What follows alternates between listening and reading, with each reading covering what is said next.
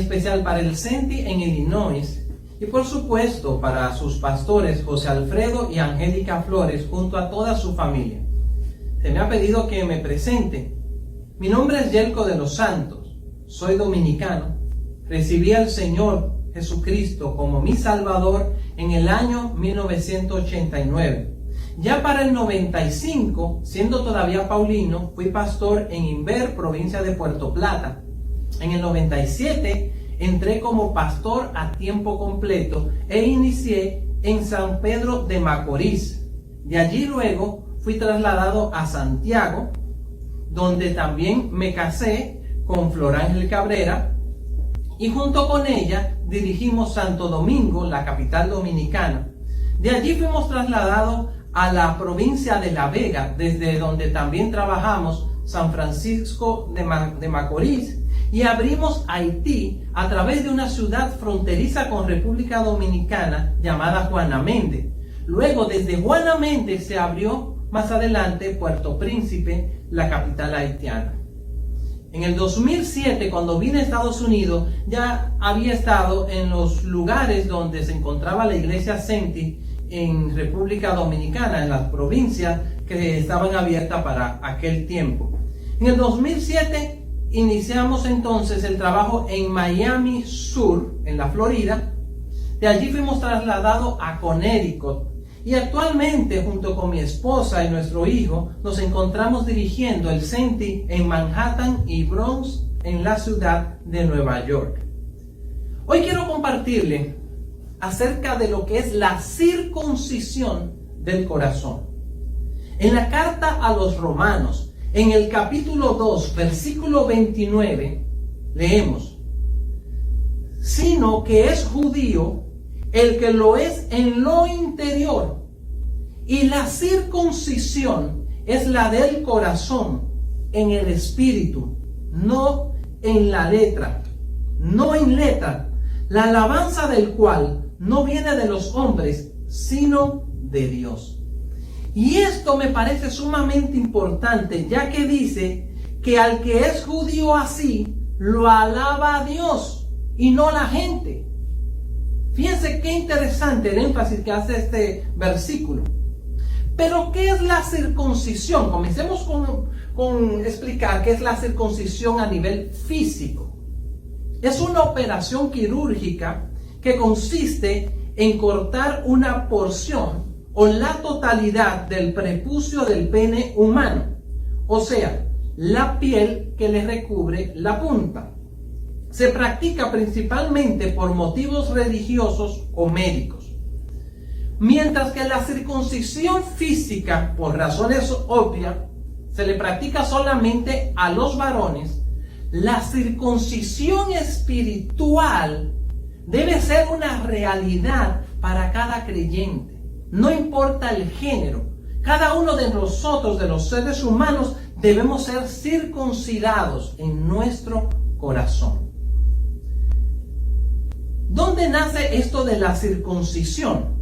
Nace en la señal del pacto que Dios mismo le dio a Abraham cuando le hizo esas promesas maravillosas que aparecen en Génesis capítulo 12, versículos del 1 al 3, donde habla que lo iba a bendecir con todas bendiciones, etcétera, donde le menciona que le iba a dar una gran descendencia. También aparece ese pacto en Génesis capítulo 17, donde se ratifica en los versículos del 1 al 6, y del 7 al 11 se habla de esta señal llamada la circuncisión, donde leemos lo siguiente: estableceré mi pacto contigo y con tu descendencia como pacto perpetuo por todas las generaciones. Yo seré tu Dios y el Dios de tus descendientes. A ti y a tu descendencia les daré en posesión perpetua toda la tierra de Canaán, o sea, la tierra prometida. Allí aparece esa promesa que Dios le hace a Abraham, que lo vemos a través de todo el Antiguo Testamento, de manera especial en los libros del Éxodo, lo que se conoce como el Pentateuco, los 5 primeros libros, el de Moisés, el libro de Josué. Hace mucho énfasis porque el libro de Josué es el libro que nos narra la conquista de esa tierra que Dios le había prometido al antepasado del pueblo de Israel, Abraham, y cuya promesa fue ratificada a Isaac, hijo de Abraham, y a Jacob, nieto de Abraham. Sigo leyendo. En el versículo 8 dice: a ti y a tu descendencia les daré en posesión perpetua toda la tierra de Canaán, donde ahora andan peregrinando. Y yo seré su Dios. Dios también le dijo a Abraham: cumple con mi pacto, tú y toda tu descendencia, por todas las generaciones. Y este es el pacto que establezco contigo y con tu descendencia, y que todos deberán cumplir. Todos los varones entre ustedes deberán ser circuncidados, y circuncidarán la carne de su prepucio, y esa será la señal del pacto entre nosotros, ¿verdad? A todo bebé descendiente de Abraham se le circuncida. Y así se usaba desde la antigüedad. Desde la antigüedad, al 8º día, Dios le habla a Moisés. Luego, 400 años después de Abraham, viene Moisés y le habla de que al 8º día todos los niños debían ser circuncidado. ¿A cuál 8º día? Al 8º día de nacido. Así también vemos que el Señor Jesucristo en el Nuevo Testamento, siendo un bebé, fue llevado al templo y fue presentado al Señor. El Señor Jesucristo cumplió con todos los rituales de la ley judía, de la ley mosaica. Por supuesto, Él también fue circuncidado como descendiente de Abraham, según la carne, que es el Señor Jesucristo. Entonces, esta promesa maravillosa que Dios le hace a Abraham, como les mencioné en los capítulos 12, del 1 al 3, allí aparecen, es bueno que luego la lean. Y en el capítulo 17, estamos hablando del libro de Génesis, versículos del 1 al 6. Esta promesa tenía como señal la circuncisión, era una señal física, la circuncisión de todos los varones. Por lo tanto, los judíos, al pasar de los tiempos, los israelitas, los descendientes de Abraham, pensaron que por el hecho de ellos ser descendientes del linaje de Abraham, según la carne, según la sangre, ya ellos eran salvos. Y así lo vemos en los tiempos cuando aparece en el Nuevo Testamento Juan el Bautista. En Mateo capítulo 3, versículo 9, leemos: no piensen que podrán alegar, tenemos a Abraham por padre, porque les digo que aún de estas piedras Dios es capaz de darle hijos a Abraham. Ellos pensaban que cuando Dios hablaba de esa promesa, se basaba en que fueran descendientes de Abraham según la carne, según la sangre. Pero Dios está hablando una promesa a nivel espiritual. Por eso, en Génesis 12, Dios le dijo a Abraham que en él iban a ser benditas, en su descendencia, todas las familias de la tierra. Está hablando de una descendencia, sobre todo, espiritual. Jesús también declara en Juan capítulo 8, versículos 32, 33 y 39 lo siguiente. Él les decía esto a los judíos: y conoceréis la verdad, y la verdad os hará libres. Les respondieron: linaje de Abraham somos, y jamás hemos sido esclavos de nadie. ¿Cómo dices tú, seréis libres? Respondieron y le dijeron: nuestro padre es Abraham. Jesús les dijo: si fueseis hijos de Abraham, las obras de Abraham haríais. Y ahí vemos que el Señor Jesucristo está planteando una diferencia entre lo que es ser descendiente de Abraham según la sangre, según la carne, como el pueblo de Israel, Los mismos musulmanes, bueno, no todos los musulmanes, sino los árabes, son descendientes de Abraham a través de Ismael, hijo de Abraham. Pero la descendencia de la cual Dios está hablando aquí, que va a ser bendecida, etc., no es una descendencia según la carne, es según la fe, según el Espíritu. Y por eso el Señor Jesucristo le dice a los judíos que decían que ellos nunca habían sido esclavos, cuando por supuesto el pueblo de Israel había sido esclavo. Bueno, primeramente fueron esclavos del pecado. En segundo lugar, fueron esclavos en Egipto. Duraron allí 400 años, la gran mayoría de los cuales fueron esclavos. Por eso vemos en el libro de Éxodo cómo son liberados de maneras milagrosas por el Señor, utilizando a Moisés y a Aarón su hermano. Recordemos las famosas 10 plagas que el Señor envía, luego cómo los rescata y salen, cómo se divide el mar rojo y pasan los israelitas, y cuando viene el ejército de Faraón que les perseguía, entonces el mar vuelve y se cierra y son destruidos los egipcios que perseguían al pueblo de Israel. Dios les libera ¿de qué? De esos 400 casi años de esclavitud egipcia. Pero no solamente eso, el pueblo de Israel, recordemos, ya como muchos años después, una gran parte de este pueblo fue destruido por los asirios, pero luego el reino de Judá, que estaba compuesto por lo que son las tribus de Judá, que era la principal, la de Benjamín, y por una gran parte de los levitas. Llegó un tiempo en que ellos fueron llevados como esclavos a Babilonia, los que sobrevivieron a esa gran matanza que hubo en el reino de Judá, en los tiempos del profeta Jeremías, por ejemplo. Fueron llevados como esclavos a Babilonia, allí estuvieron esclavizados. Pero no solamente eso, esclavos también del pecado. Y qué triste, porque al mismo Dios hecho hombre, Jesucristo, ellos le decían que nunca habían sido esclavos. Y ya he mencionado varios tipos de esclavitudes que ellos padecieron y que aún en ese momento estaban padeciendo.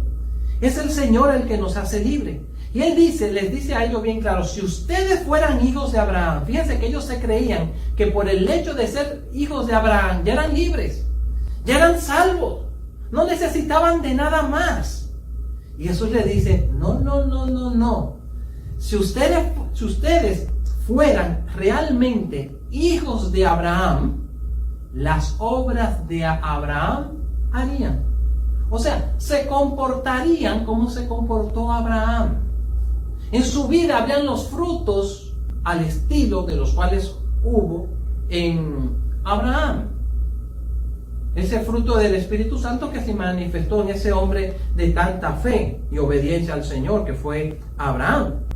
Y el Señor Jesucristo, como decimos, le pone los puntos sobre las íes para que ellos cayeran en cuenta. Pero qué pena cuando la persona es altiva de corazón, que no reconoce su necesidad y no va a Dios para que le ayude.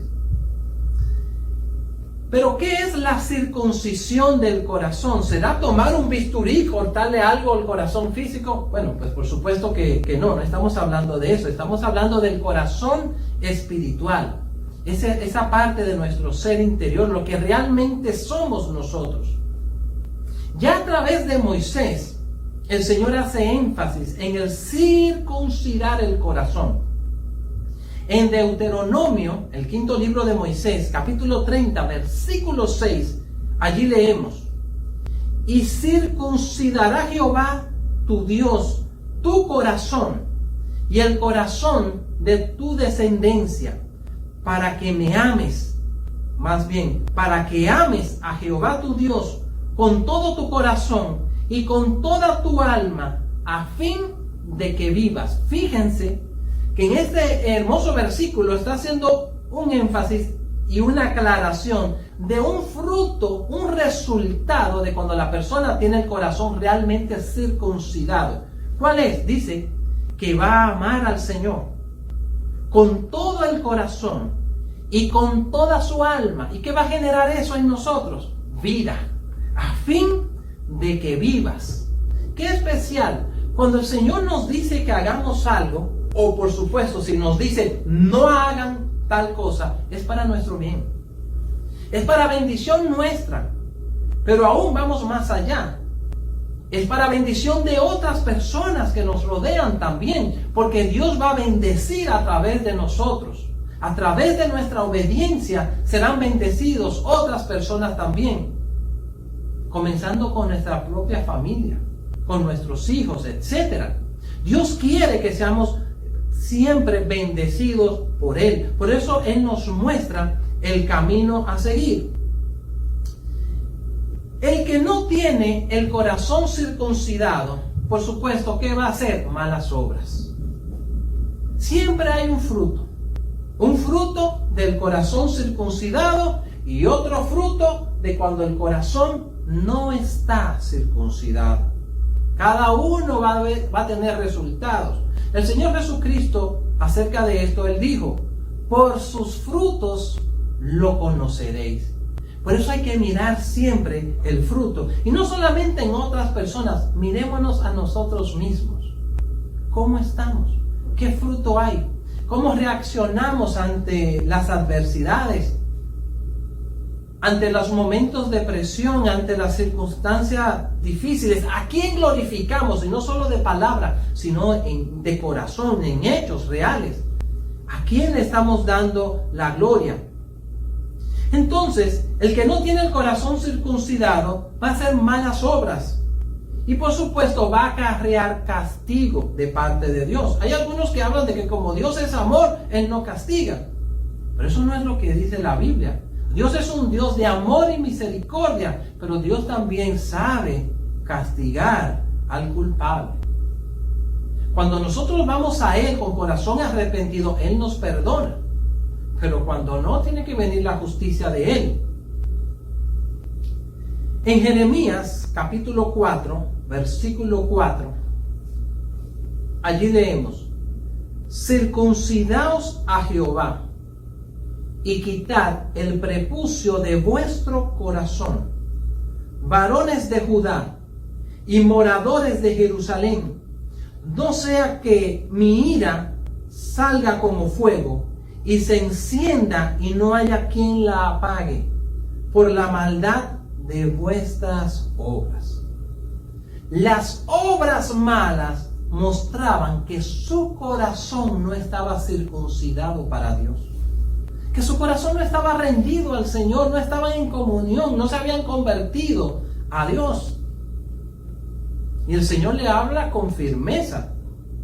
Le está diciendo el camino a seguir, pero le está hablando de resultados que les vendrán si no obedecen, si no siguen ese camino que el Señor le está marcando.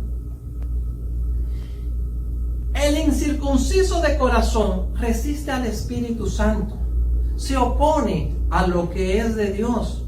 Eso pasó en la antigüedad y pasa hoy en día.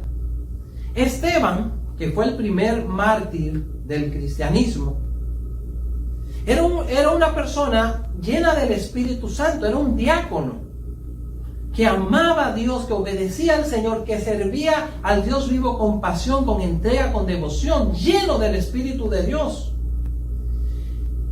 Y él entonces, como en sus predicaciones, fue confrontado con judíos en aquel tiempo que se oponían a él. Eso lo vemos en el libro de los Hechos, en el capítulo 7. Se oponían a su predicación. Aquellos que también se opusieron años atrás al mismo Señor Jesucristo. Pero Esteban predicaba con denuedo, con entusiasmo, con entrega, con pasión, la palabra del Señor. Y les dice, fíjense bien nuevamente, lleno del Espíritu Santo, les dice a estos opositores en Hechos 7:51, duro de cerviz e incircuncisos de corazón y de oído, vosotros resistís siempre al Espíritu Santo, como vuestros padres, así también vosotros. ¡Wow! Qué tremendo esto que le está diciendo. Duro de cerviz. Cuando habla de la cerviz se refiere a la región Y aquí atrás de la nuca, esa región de la columna vertebral. Por eso estas vértebras se le llaman cervicales, la región cervical. Duro de servir, ¿por qué? Porque no se inclinan ante Dios. No rinden su corazón ante Dios. Son duros de corazón, duros de servicio e incircuncisos de corazón. Y le agrega, y de oído, o sea, que ni siquiera escuchaban la voz de Dios. No prestaban oído a lo que el Señor les decía. Inclusive leían la Biblia y no le hacían caso. Era como si leyeran cualquier libro, porque no hacían caso a lo que Dios les estaba hablando en su palabra. Eran duros y resistían al Espíritu Santo. Y aquí le agrega algo, dice, siempre resisten al Espíritu Santo, como vuestros padres, como los antepasados del pueblo de Israel, recordando en los tiempos, por ejemplo, en el desierto, como narra el libro de Éxodo, por ejemplo. Así también ellos, wow, que Dios nos guarde a nosotros, que no resistamos al Espíritu Santo, sino más bien nos dejemos guiar por el Espíritu de Dios. Que tengamos un corazón humilde, que se humille ante Dios, que se rinda, que reconozca que somos polvo y que Dios es el Todopoderoso, el Grande, el Eterno, el Excelso, el Sublime. Que nos rindamos ante Él, que le amemos, que le obedezcamos, no por miedo, sino por amor. Que realmente nos entreguemos a Dios de corazón. Pero ¿cómo podemos circuncidar nuestro corazón? O sea, ¿cómo podemos convertirnos realmente a Dios? Y estoy hablándoles a cristianos, porque en el caso de los no cristianos, lo primero que tiene que hacer para convertirse a Dios es reconocer que es pecador e invitar y confesar a Jesucristo como Señor y Salvador. Ese es el primer paso. Pero en el caso de los cristianos, aquellos que ya tenemos a Cristo en nuestro corazón, podemos caer en ser duros de corazón y que nuestro corazón necesite nuevamente ser circuncidado. Y voy a mencionarle 4 pasos para eso, y son los 4 pasos de confesión, de confesar nuestros pecados a Dios. Lo primero que necesitamos es volver nuestro corazón al Señor. Porque cuando una persona está dura, incircuncisa de corazón, le está dando la espalda a Dios. Está caminando, viviendo, actuando contrario a Él. Entonces necesitamos volvernos al Señor. Y el Señor muchas veces en el Antiguo Testamento dice que nos volvamos a Él. Habla acerca de eso. El segundo, reconocer nuestros pecados inconfesos y verlos desde el punto de vista de Dios. Y esta parte es muy importante, porque si nosotros comenzamos a ver nuestros errores y pecados desde el punto de vista humano, siempre nos vamos a estar disculpando. Y vamos a decir, bueno, pero eso lo hace todo el mundo. Y buscamos excusas para no reconocer y nos comparamos. Pero bueno, aquel es más pecador que yo. Y puede ser que sí. Pero ese no es el punto. Es que dice Dios acerca de eso. ¿Cómo ve el Señor eso? ¿Te imaginas a Jesucristo haciendo eso? Entonces tenemos que ver el pecado desde el punto de vista de Dios. Eso es muy importante. Lo tercero es pedirle perdón al Señor con verdadero arrepentimiento. Que sean más que palabras, sino de corazón. A mí me gusta, por ejemplo, el Salmo 51, porque allí David expresa su arrepentimiento a Dios luego de cierto pecado, y lo hace de una manera como que me parece tan sincera, tan apasionada, tan entregada, que nos sirve de ejemplo y de motivación de cómo debemos orar con verdadero arrepentimiento. Hay personas, hay cristianos que le fallan al Señor, y es como cuando uno está en el supermercado y topa el hombro con alguien y le dice I'm sorry, excuse me, o quizás no dice nada, y a veces uno les ve esa misma actitud hacia el Señor, como que le fallan a Dios y es como que nada más I'm sorry y ya. perdón, Señor, pero no hay un dolor en su corazón, no hay un arrepentimiento. Y si no hay un verdadero arrepentimiento, mi corazón no está siendo circuncidado, no está siendo limpiado, no está siendo quitada esa coraza, esa dureza que hay allí. No se está convirtiendo a Dios.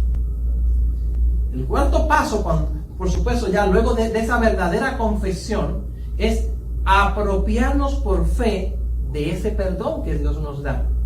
Porque hay muchos que le confiesan los pecados a Dios de corazón, pero entonces no se apropian del perdón y siguen todavía con esa sensación de culpa, como si Dios estuviera acusándole y acusándole y acusándole. Entonces eso les lleva, en vez de acercarse a Dios, a alejarse. Entonces el corazón no puede ser limpiado de esa manera. En Apocalipsis capítulo 2, versículos 4 y 5, allí se nos hace un énfasis muy importante y dice: sin embargo, tengo en tu contra que has abandonado tu primer amor. Recuerda de dónde has caído, arrepiéntete y vuelve a practicar las primeras obras que hacías al principio. Si no te arrepientes, iré y quitaré de su lugar tu candelabro.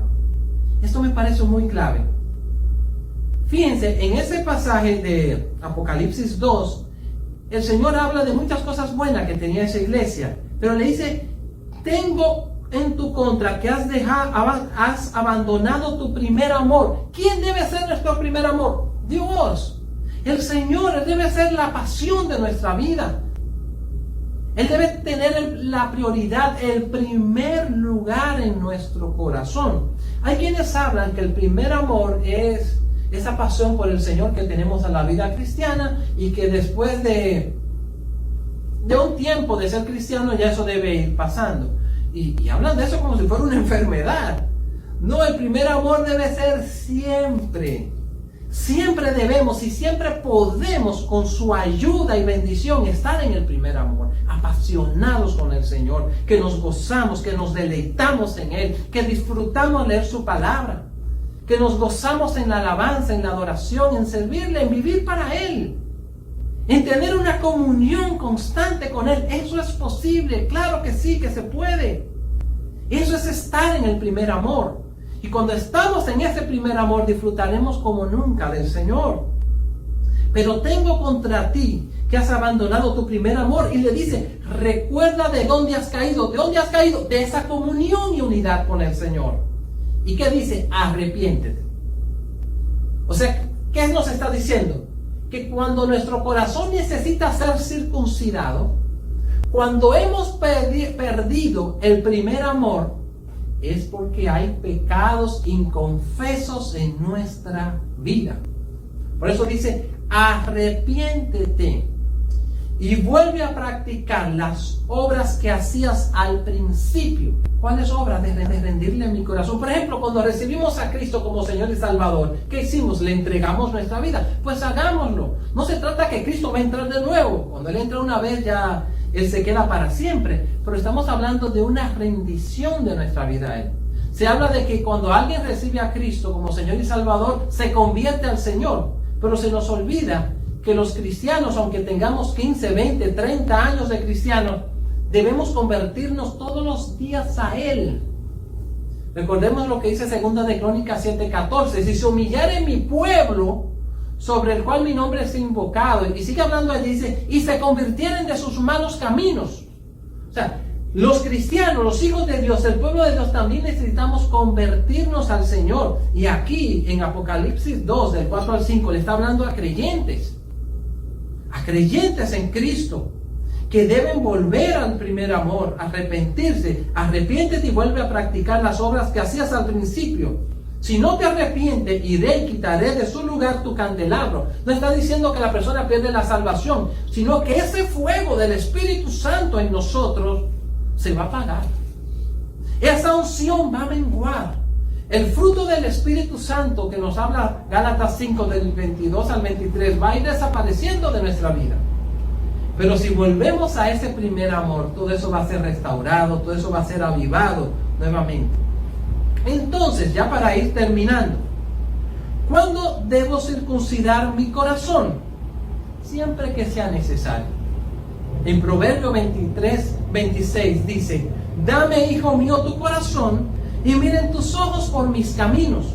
Constantemente yo tengo que estar rindiendo mi corazón. Si yo le estoy rindiendo mi corazón a Dios constantemente, mi corazón se va a mantener circuncidado. Algo que me va a ayudar a darme cuenta, porque a mí me gusta mucho eso, cosas que me puedan ayudar a caer en cuenta de mis necesidades, y es mirar el fruto. ¿Se está dando en mí el fruto del Espíritu Santo?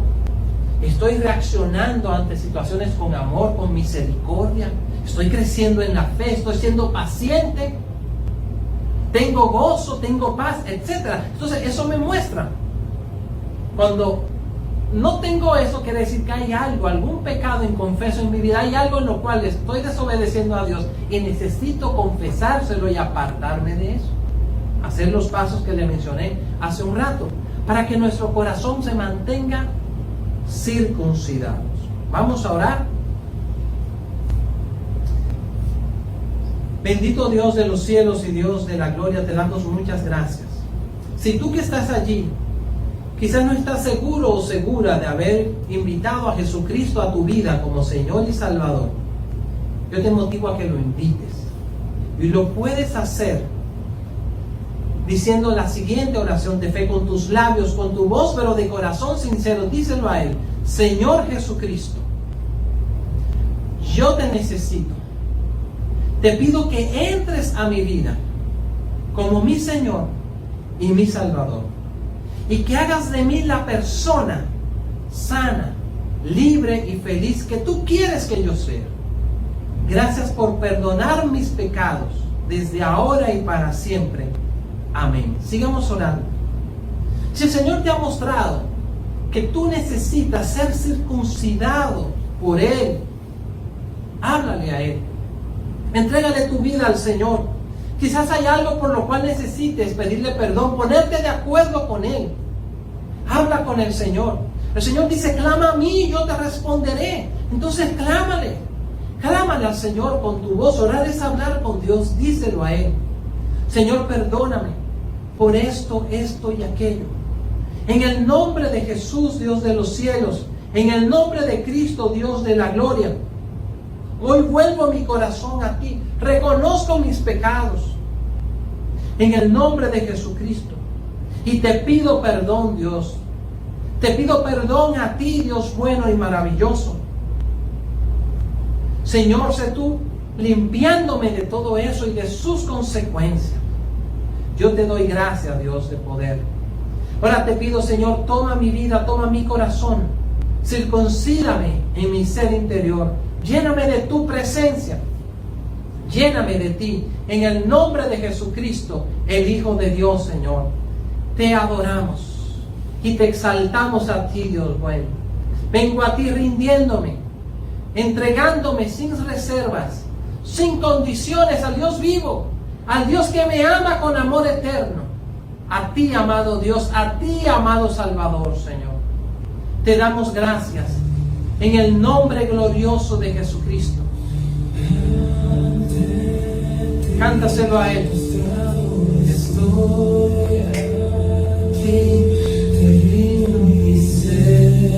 Vamos, que se oiga tu voz. Te rindo mi ser. Con tu amor, atráeme, Señor. Vengo a tus pies. Cántaselo de corazón. Vengo a tus pies. Vengo a tus pies.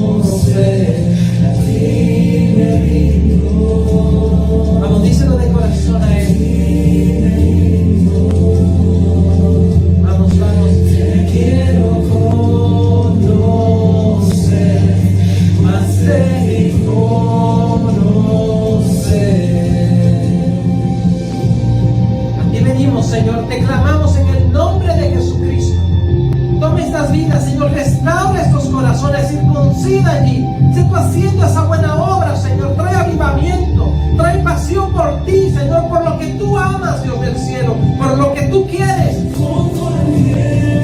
Oh, Dios, sopla en mi interior, Señor, tu voluntad en mí.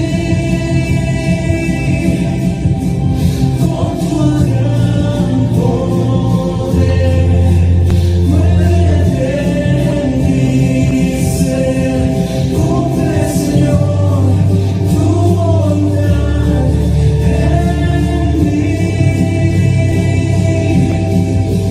Con tu aliento, Dios, sopla en mi interior. Cumple, Señor, tu voluntad en mí. Con tu gran poder, muévete en mi ser. Cumple, Señor, tu voluntad en mí.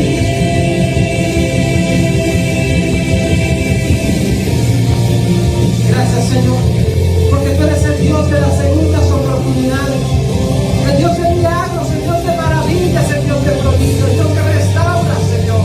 Y aquí estamos, restáuranos, llénanos de ti, llena de tu Santo Espíritu, de tu fuego, Señor.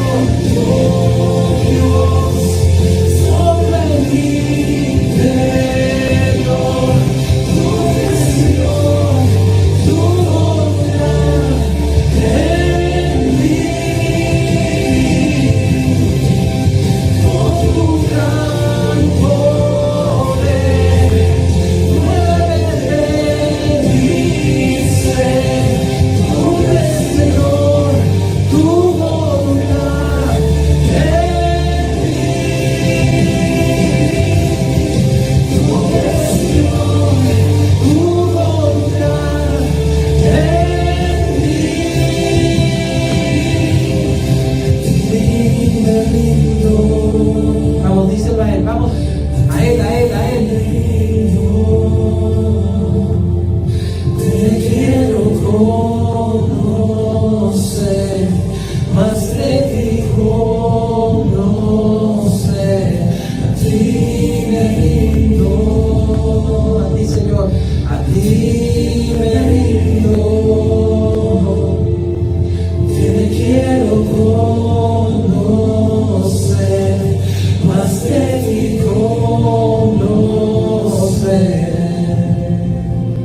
Gracias, Señor, porque tú eres bueno y misericordioso, porque nos recibes, Señor, porque tú mismo nos llamas a que nos volvamos a ti, a que nos rindamos a ti, porque tú mismo quieres estar en comunión con nosotros, tus hijos. Muchas gracias, Señor, porque tú haces de nosotros, Señor, nuevas personas con corazones nuevos, Señor, bueno. Como dice en Ezequiel, que tú, Señor, pondrás espíritu nuevo dentro de nosotros y nos quitarás el corazón de piedra y pondrás un corazón de carne allí. Eso también es la circuncisión del corazón. Queremos momento a momento estar convertidos a ti, rendidos a ti, disfrutando de tu persona, Señor y Dios bueno. Señor, yo te pido que sea tu presencia llenando a estos tus hijos. Señor, que como dice el Salmo 23, tú unjas sus cabezas con aceite, Dios de los cielos. Que sus copas estén rebosantes, Señor. Que tu bien, que tu misericordia les siga todos los días de su vida, Señor. Que vivan como lo que son en Cristo, más que vencedores en Él. Y que tu bien, Señor, y tu misericordia les sigan todos los días de su vida. Y que siempre estén con esa maravillosa y bendita seguridad de que en la casa de Papá Dios moraremos por largos días. Amén. El Señor les bendiga. Les amamos. Un saludo a todos desde aquí, desde Manhattan, Bronx, Nueva York. Dios les bendiga.